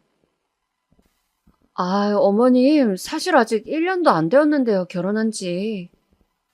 그래도 너희처럼 젊은 나이에 반년 안에 애 안 들어서면 그건 좀 이상한 거다. 미리미리 약도 먹고 했어야지. 아, 네, 죄송합니다. 아이 걱정을 하시는 시어머니한테 할 말이 없었어요. 시어머니는 화를 내시면서 말씀하시더군요. 아니, 시골 출신이면 좀 이런 거에 밝아야 하는 거 아니니? 그쪽에서 더 손주 보고 싶어 하시지 않아? 그리고 보약 같은 것도 잘 해드시고. 저희는 그렇게까지는 해먹지 않아서. 됐다, 얘. 너는 시골 출신으로 취향은 딱 그쪽이면서 어쩜 보약이나 이런 거, 임신에 대한 거는 아무것도 모르니? 아유, 살집이 있어서 둔해 보이는 것도 애 잘 낳을 것 같아서 아무 말 안 했더니만. 저는 순간 할 말이 없어서 움츠러들었어요. 저도 그렇게 막 순하고 얌전하지만은 않은 성격인데 제가 노력해도 아이가 들어서지 않았기 때문에 뭔가 좀 위축되더라고요. 시어머니는 계속해서 투덜거리면서 싫은 소리를 하셨고 약을 지어다 주셨어요. 그 이후로는 저한테 약을 꾸준히 챙겨 먹는지 그리고 임신할 수 있게 제대로 계획을 세워서 남편과 밤을 보내는지까지 체크하시더군요. 그럴 때마다 들려오는 싫은 소리는 덤이었어요. 솔직히 정말 싫었는데 저도 보수적인 환경에서 자라다 보니 시어머니가 손주에 민감하게 구시는 게 당연하다고 생각도 들었지요. 남편도 처음에는 좀 귀찮아하다가 결국 자기 어머니 하는 이야기에 넘어갔고요. 저희 아버지는 제가 아이 임신 문제 때문에 힘들다는 말을 듣고서는 좀 놀라서 시댁에 더 신경 써서 선물을 보내셨어요. 거의 2달에 한 번씩은 선물 꾸러미를 보내셨는데 그중에는 꿀 세트하고 한돈 세트 같은 것들도 들어있었죠. 저희가 돼지를 상당히 많이 기르는 농장이라서 꽤나 질이 좋은 돼지고기였어요. 하지만 시어머니는 그걸 보시고서는 못마땅해 하셨죠. 아니, 사돈댁에 선물 보내면서 사돈 어른은 소고기도 아니고 돼지고기를 보내신다니? 그게 저희가 돼지를 길러서요. 소는 몇 마리 안 되고요. 아무리 그래도 그렇지. 돼지도 좋은 한도는 비싸요, 어머님. 그래, 그건 안다만. 아휴, 참. 시골 출신이라 도시 사정을 모르시는 건지. 시어머니는 못마땅하게 중얼거리시고는 했어요. 평소 같으면 저도 그게 짜증이 나서 뭐라도 한마디 했을 텐데 제가 아이 관련으로는 좀 기가 죽어 있어서 뭐라고 하지를 못하겠더라고요. 어쨌든 임신 못하고 있는 하자 있는 며느리였으니까요. 저는 그래서 조심스럽게 아버지한테 전화를 했어요. 아빠, 지금 일하고 계세요? 어? 아니, 아니다. 통화할 수 있어. 왜 그러니? 아버지가 얼마나 농장과 양봉 일을 힘들게 하시는지 아는 저로서는 이런 말씀을 드리는 게 너무 죄송스러웠어요. 하지만 시어머니가 하도 신경질을 부리셔서 그래도 미리 말씀드리는 게 나을 것 같더라고요. 아빠. 근데 있죠. 혹시 앞으로 선물 보내실 때 우리 시댁에요. 돼지고기 대신 꿀 세트 더 넣어서 보내주실 수 있을까? 왜? 무슨 일이 있어?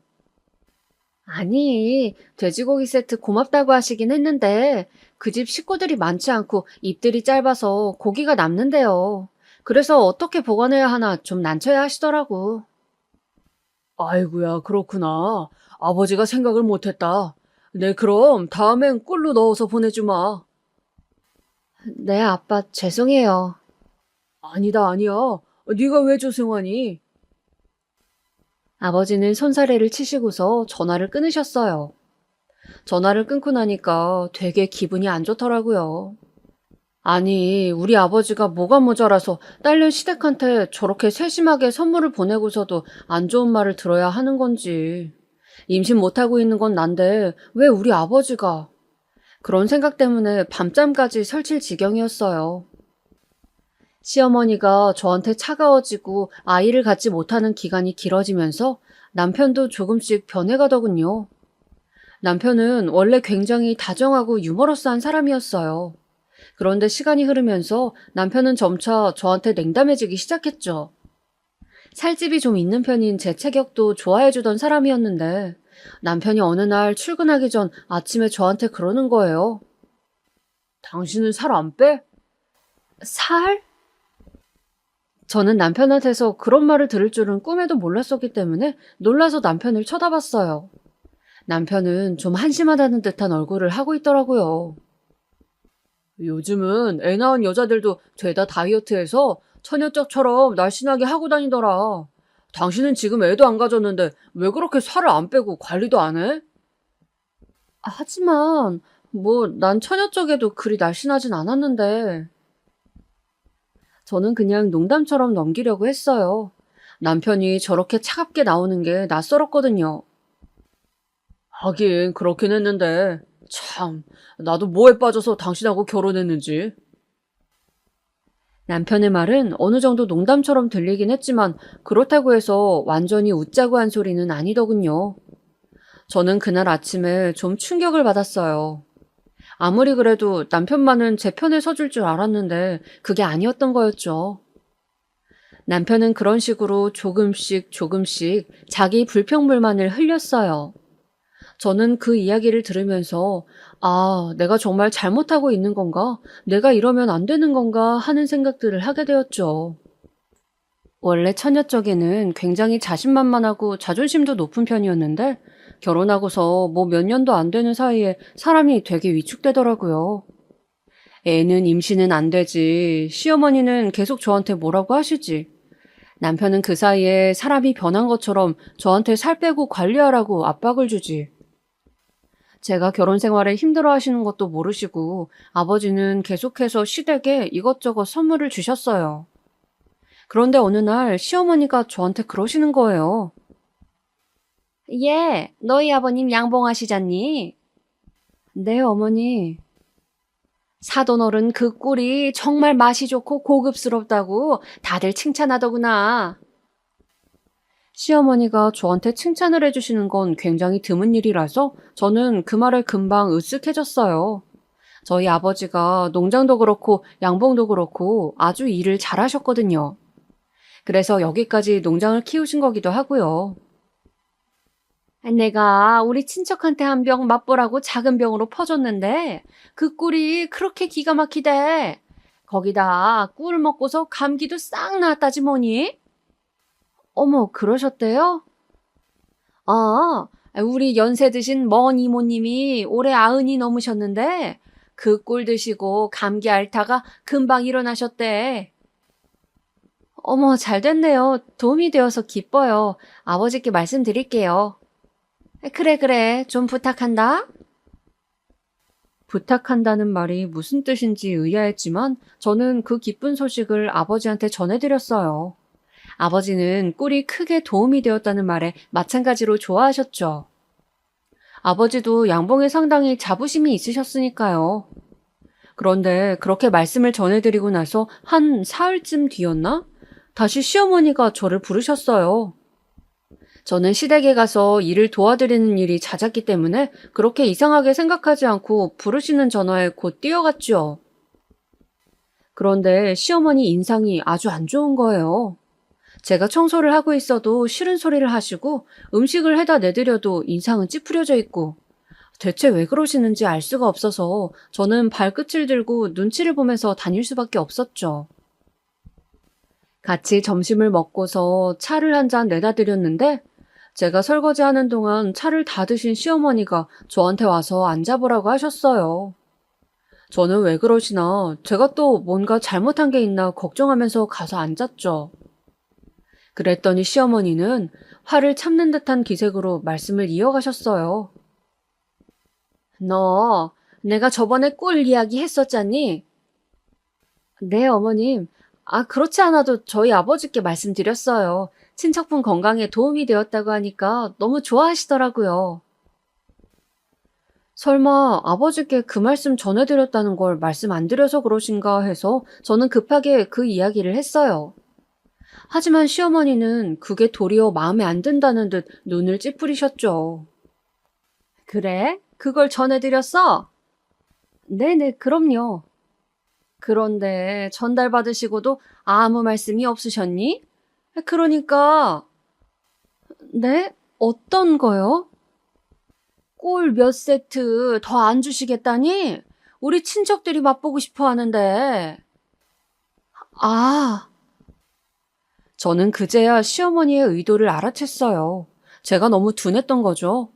그렇게 어른들이 좋아하신다, 친척들이 좋아하신다 말씀하셨던 의도가 꿀 몇 세트가 더 필요하다는 말씀이었다는 거였어요. 직접적으로 말하면 너무 노골적으로 요구하는 게 되어버리니까요. 시어머니는 눈을 잔뜩 찌푸리면서 억지로 웃으셨죠. 내가 이렇게 말하면 너무 선물 뜯어내는 것 같잖니. 그래서 좀 둘러서 말한 거였는데 하긴 너는 그거 알아듣기에는 너무 세심하지 못한 아이지. 죄송해요, 어머님. 제가 아버지께 말씀드려 볼게요. 그래, 좀 부탁한다. 우리 이모님이 그거 드시고서 맛있다고 하도 그러셔서 친척들이 다들 자기도 먹고 싶다고 난리거든. 네. 좀 기가 차더라고요. 아니, 저희 아버지가 양봉하셔서 만들어내는 꿀은 굉장히 고급이란 말이에요. 그런 걸 딸 시댁이라고 선물로 주니까 그냥 아깝지 않아서 주는 줄 아나 싶었어요. 그런데 지금 시댁에서 제가 굉장히 약한 위치라서 시어머니의 그 말씀을 그냥 무시할 수도 없더라고요. 그래서 저는 다시 아버지께 전화를 했어요. 그래, 꿀 세트를 더 달라고 했다는 거지? 네. 아, 정말 좀 아빠한테 말씀드리긴 좀 그런데. 아니다, 아니야. 너한테는 내가 뭘 못 주겠니? 그런데 다만, 네? 너 시어머니가 괴롭히는 건 아니지? 하도 못된 시댁 사람들도 많아서. 아니에요, 그런 건. 저는 아무리 그래도 걱정 많은 아버지한테 그 말씀까진 드리지 못하겠더라고요. 아버지는 그렇지 않아도 제 걱정으로 세월을 보내시는데 시댁에서 구박받는다는 말까지 하면 어떠시겠어요? 그래서 저는 그냥 꿀만 달라고 하고서 전화를 끊었어요. 그리고 꿀이 도착해서 시어머니는 신나게 그걸 친척들한테 나눠주시더라고요. 저한테는 놀랍게도 고맙다는 말씀 한마디도 안 하셨어요. 뭔가 벌써 그걸 당연하다고 생각하시는 것 같더라고요. 며느리의 것은 당연히 시댁에 속한다는 주의이신지 뭔지. 그런데 그 한 번이 아니었어요. 그 다음에는 무슨 친가 쪽 아저씨인지 누군지 생일이라면서 생일 선물로 주고 싶다고 또 꿀을 보내달라고 요구하셨어요. 저는 의아한데도 제가 임신도 못하고 못났다는 생각에 어쩔 수 없이 아버지한테 또 부탁드렸고요. 아버지는 좀 망설이면서도 또 꿀을 보내주셨어요. 사실 그것만 해도 돈으로 따지면 엄청난 거였거든요. 고급 꿀은 한 병에 10만 원도 훌쩍 호가하는 가격이었고 도매가로만 따져도 시댁에 들인 꿀은 엄청난 수준이었어요. 하지만 그게 금액으로 표시되지 않기 때문에 시어머니는 너무 그걸 하찮게 생각하시는 거였죠. 그러던 어느 날 남편이 저한테 그러더군요. 여보, 우리 엄마 2달 뒤에 환갑이신 거 알지? 어, 환갑이라고 막 들떠 계시더라고. 우리가 뭐 해줄지 기대된다면서.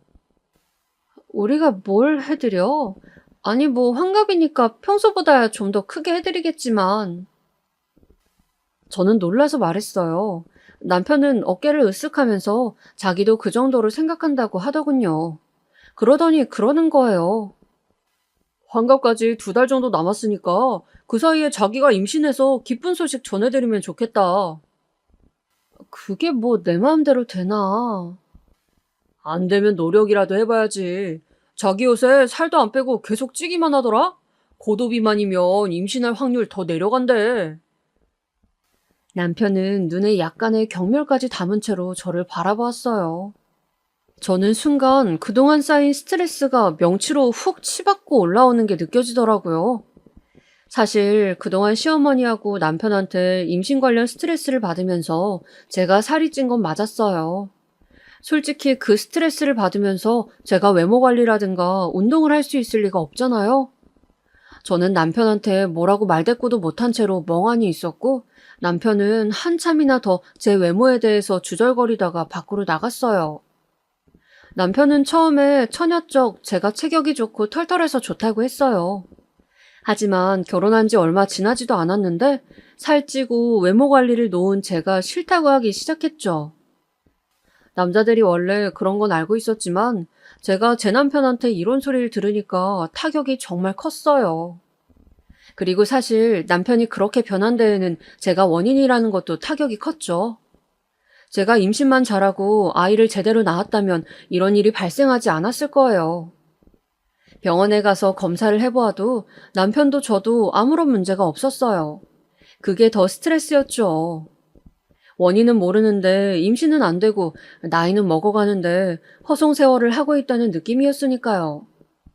저는 더 견딜 수가 없어서 아버지한테 전화를 했어요. 아버지는 농장 일이 바쁘신지 그때 받지 않으셔서 저는 너무 서글퍼서 혼자 쭈그리고 앉아서 훌쩍거렸었죠. 그러다가 아버지가 다시 전화를 해주셨고 저는 아버지한테 제 사정 이야기를 다 털어놓았어요.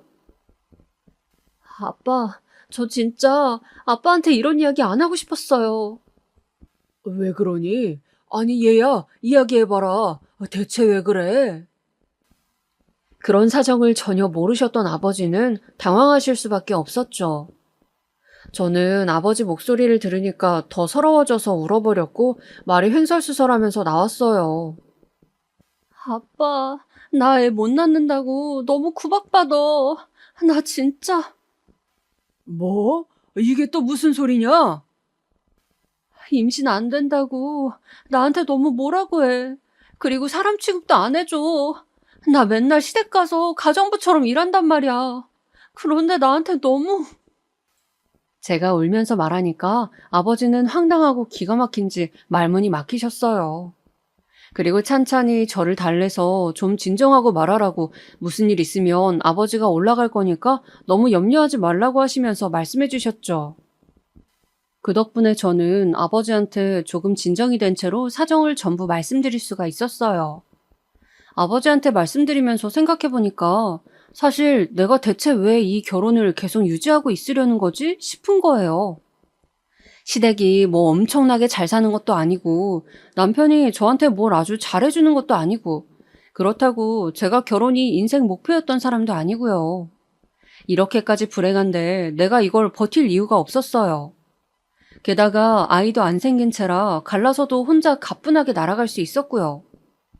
아버지는 이야기를 다 들으시더니 차분한 목소리로 말씀하셨어요. 한 번 더 이야기가 나오면 내가 올라가마. 아버지는 화가 나시면 목소리가 도리어 차분해지시거든요. 그래서 저는 정말 화가 나셨구나 하는 걸 알 수 있었죠. 무슨 일 있으면 꼭 말해라. 내가 너 그렇게 불행하라고 시집 보낸 거 아니니까. 아버지의 말씀은 너무 든든했어요. 저는 알겠다고 꼭 말씀드리겠다고 하고서 전화를 끊었죠. 그렇다고 해서 바로 뭐 아버지한테 이혼하겠다 말씀드리지는 않았죠. 그런데 하루하루 갈수록 남편하고 시어머니의 행동은 제가 참기 어려운 지경까지 갔어요. 계속되어 온 행동들이 나아지기는커녕 점점 더 나빠지기만 했거든요. 제가 참는다고 확신이 들었는지 더 모욕적인 언사나 과도한 행동들만 늘어갔어요. 사람이 참아준다고 우습게 보는 사람들이 참 많죠. 저도 그때 부당한 일을 당하면 참으면 안 된다는 걸 처음 깨달았어요. 시어머니 환갑날 환갑잔치를 해야 한다면서 준비를 하라고 시키시더라고요. 차라리 그냥 뷔페 식당 같은 곳에 가서 밥 한 끼 먹으면 간단할 텐데 그건 또 싫으시대요. 꼭 저희 집에서 차려놓으면 와서 밥을 드시겠다고 하더군요. 정말 속도 터지고 내가 대체 왜 시어머니 환갑잔치상까지 차려야 하는지 알 도리가 없었어요. 하지만 뭐 별 수 있나요? 속으로는 갈라서기 직전까지 왔지만 그래도 어쨌든 완전히 이혼하기 전까지는 책 잡히지 않게 원하는 걸 해주자 싶어서 원하시는 대로 상을 꾸역꾸역 차려냈어요. 시어머니가 친척들까지 부른다고 하셔서 그러시라고 했죠. 뭐 어차피 양만 늘리고 숟가락만 더 넣으면 되니까요. 환갑 당일이 오자 시어머니가 초대한 친척들이 들어오셨죠. 시댁 쪽 친척들이 하나 둘도 아니고 10명 넘게 저희 집으로 들어오니까 숨이 턱 막히더라고요. 거실에 긴 상을 몇 개 붙여서 음식을 차려두었는데 친척분이 고생 많았겠다면서 칭찬해 주셨어요. 그리고 곧 시어머니도 오셨죠. 시어머니는 꼭 자기가 음식 차린 것처럼 상 둘러보면서 웃으시더라고요. 별거 차린 건 없는데 많이들 드세요. 아유, 별게 없다뇨. 이렇게 훌륭하게 차리셨는데. 친척분들이 웃으면서 시어머니한테 선물을 주고 시어머니가 인사치레를 하는 동안 저는 부엌으로 바삐 움직이면서 사람들 음식 시중을 들어야 했어요. 뜨거운 음식에 손을 대고 그러면서도 계속 음식을 내가고 그릇을 치우면서 속으로 아주 이상한 기분이 들더라고요. 그래, 이것만 끝나고 나면 이 결혼 끝내자 하는 결심말이에요. 시어머니는 깔깔 웃으면서 수다를 떨고 저희 남편을 옆에 앉혀놓고 자랑스러워 하셨어요. 그러더니 시계를 보고 제 얼굴을 번갈아 보면서 뭐라고 중얼거리시더군요. 저는 저한테 뭐라고 하는 줄 알고 가까이 가서 여쭤보았죠. 어머님, 저한테 뭐라고 하셨어요? 아니, 그게 사돈어른 안 오시니? 네? 저희 아빠요? 왜요? 내가 사돈어른한테 뭐 부탁한 게 있는데. 저희 아빠한테요? 저도 모르게요? 저는 당황해서 저도 모르게 목소리가 커졌어요. 시어머니는 저를 흘기면서 눈살을 찌푸리셨죠. 아니, 뭐 사돈어른한테 내가 부탁 좀 드릴 수 있지 뭘 그러니? 너한테 말하기 껄끄러워서 그랬다. 어머님, 그런 말씀은 저한테 먼저 해주셨어야죠. 아니, 무슨 상관이야. 어른들끼리 말한 건데. 무슨 부탁을 하신 건데요? 다른 게 아니라 꿀 좀 더 갖다 달라고 부탁드렸다. 어차피 양봉하시니까 꿀 정도는 얼마든지 있으실 거 아니냐? 네? 저는 정말 어이가 없어서 말이 안 나오더라고요. 아니, 어머님, 그걸 지금 여기로 갖다 달라고 하시는 거예요? 그래, 내 환갑날이라서 사람들한테 선물하고 싶어서 그랬다. 뭐 잔칫날 온 사람들이니 내가 며느리 덕 좀 보면 안 되겠니? 좋은 꿀 선물로 돌리면 내 낫도 살고 너도 기 살고 좋지 않겠니? 그걸로 왜 제 기가 살죠? 너무 그 머리 구조가 이해가 안 가서 저는 순간 멍해졌어요. 하지만 시어머니는 계속해서 지금쯤이면 도착했어야 하는데 왜 안 오시냐고 저한테 닥달을 했어요. 마치 꿀통을 맡겨놓은 것처럼 구시더군요. 아니, 시골 출신 며느리이면 이 정도는 좀 네가 알아서 해줘야 하는 거다. 시애미가 굳이 말하기 전에. 도리어 그런 말씀을 하시면서 아버지가 시간 맞춰 안 오시는 게 너무하다고 반복해서 말씀하시는데 진짜 미치겠더라고요. 대체 우리 아버지한테 무슨 민폐를 끼치시는 건지. 호랑이도 제 말하면 온다고 그때 벨이 울렸어요. 저는 급히 뛰어나가서 문을 열었는데 정말로 아버지가 서 계시더라고요. 저는 너무 당황해서 말을 더듬었어요. 아빠, 대체 이게 뭐? 그래, 네 시어머니께서 나한테 전화하셨더라. 꿀통 100개 갖다 달라고. 어머, 사돈어른 늦으셨네요. 시어머니가 높은 소리로 말하면서 밖으로 나오셨어요. 현관에 와서 아버지 뒤를 기대하는 눈빛으로 바라보시더군요. 꿀통 가져오셨죠? 지금 손님들이 많이 와 계셔서요. 그분들한테 좀 선물로 돌리려는데 패키지 신경 써주셨겠죠? 아버지는 어처구니가 없다는 듯이 웃으셨어요.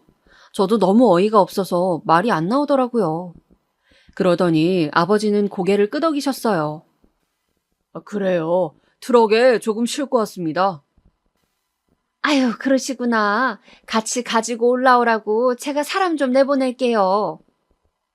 아니요, 괜찮습니다. 제 딸 얼굴 보니까 아무래도 그러실 필요 없을 것 같네요. 네? 그게 무슨... 아버지는 뒤에 놓아두었던 대야를 들어 올리셨어요. 무슨 대야예요, 그게? 시어머니가 어리둥절한 얼굴로 쳐다보고 계셨고 그때쯤엔 거실에 있는 친척들도 호기심 어린 눈으로 저희 쪽을 다 보고 있었죠. 꿀이죠, 뭐겠습니까? 그런데 왜 그걸 대야해? 사돈 원하시는 지리산 천연꿀 100 해드리려고요. 그 말씀과 동시에 아버지가 꿀 대야를 그대로 시어머니 머리 위로 덮어 씌우셨어요. 시어머니는 비명도 지르지 못한 채로 몸이 굳어서 그대로 꿀을 뒤집어 쓰셨죠. 너무 창졸간에 일어난 일이라 저도 남편도 손님들도 한마디도 하지 못한 채로 시어머니를 바라봤어요. 시어머니는 끈끈한 꿀이 뚝뚝 떨어지는 것을 깨닫고 벌벌 떨면서 말을 더듬었죠. 대체 이게 무슨... 내 딸, 이따위 집안에 더 이상 못 둡니다. 자네도 마찬가지야. 아버지는 제 남편을 노려보면서 말씀하셨어요. 남편은 놀라서 움찔 뒤로 물러났죠. 지갑하고 소지품만 챙겨 나와라. 가자. 네, 아빠. 아버지가 그렇게 말씀하셔서 저는 곧장 들어가서 지갑만 챙겨서 들고 나왔어요. 그때 시어머니가 소리를 지르셨죠. 너 지금 뭐 하는 거야? 네가 어딜 가? 당신 지금 가면 이혼이야. 남편과 시어머니가 동시에 소리를 질렀어요. 하지만 저는 그리 놀라지 않고 두 사람을 돌아보았죠. 이혼? 내가 원하던 건데 잘 됐네. 뭐라고? 그 결심 변하지 말고 이혼해줘요. 징그러워 죽겠어, 진짜. 욕심만 덕지덕지 많아가지고. 저는 그렇게 쏘아붙이고서 곧장 아빠 손을 붙잡고 나와버렸어요. 뒤에서 꿀을 잔뜩 뒤집어 쓴 시어머니가 비명처럼 히스테릭하게 소리를 지르시더군요.